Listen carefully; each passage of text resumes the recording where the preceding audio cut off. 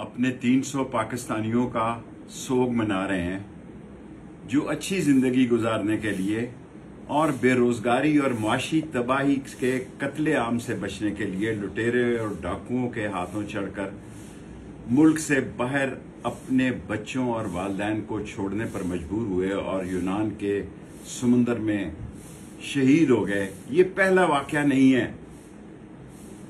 जब 20 किलो का आटा 300 रुपए का होगा तो लोग जहर का घोंट पिएंगे। माशी, इक्तसादी, सियासी तबाही, कारखाने बंद, कारोबार बंद, और कोई किसी को समझ नहीं आ रही कि इस अंधेरे से किस तरह निकलना है। 9 मई के वाक़े पर सारी कौम ने मजम्मत की है। आज तकरीबन 40 दिन होने को हैं। सारी कौम ने इस पर लान तान किया, लेकिन अब इस कौम को जिंदा रहने का खुदा के लिए हक दो। लोगों के घरों में एक वक्त खाना है, एक वक्त का खाना है, और कौमें आवाम से होती हैं। कौम जोश, जज्बे, वलवले, हमें तमतमे, दमदबे से जिंदा रहती हैं। अगर कौम ही मर गई तो पीछे खाक रह जाएगा। इस कौम को जज्बा दें, उम्मीद दें, नाउमीदी ना फैलाएं, मायूसी ना फैलाएं।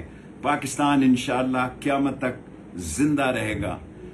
और मैं आज आपसे अपील करना चाहता हूं, सब बजट में झूठ बोला गया है। इसहाक डार और नवाज शरीफ और शहबाज शरीफ का बयान नहीं मिलता। आ जाए नवाज शरीफ साहब, आ जाए, आपको पता लगेगा। देर ना करें आने में, आपको पता लगेगा कि लोग किस हालत में पहुंच चुके हैं। मेरी अदारों से भी दरखास्त है कि इस पाकिस्तान को अंधेरों से निकाले, इस पाकिस्तान को उजाले में लेके जाए, उम्मीद दिलाएं। नौजवान डिप्रेशन का, दबाव का शिकार हो चुका है, घरों में सफ़े मातम बिछी हुई है। आए सब मिलकर पाकिस्तान को आगे लेकर चले। पाकिस्तान है तो हम हैं, पाकिस्तान हमारी पहचान है। पाकिस्तान के लिए हम जिएंगे, पाकिस्तान के लिए मरेंगे। पाकिस्तान जिंदाबाद।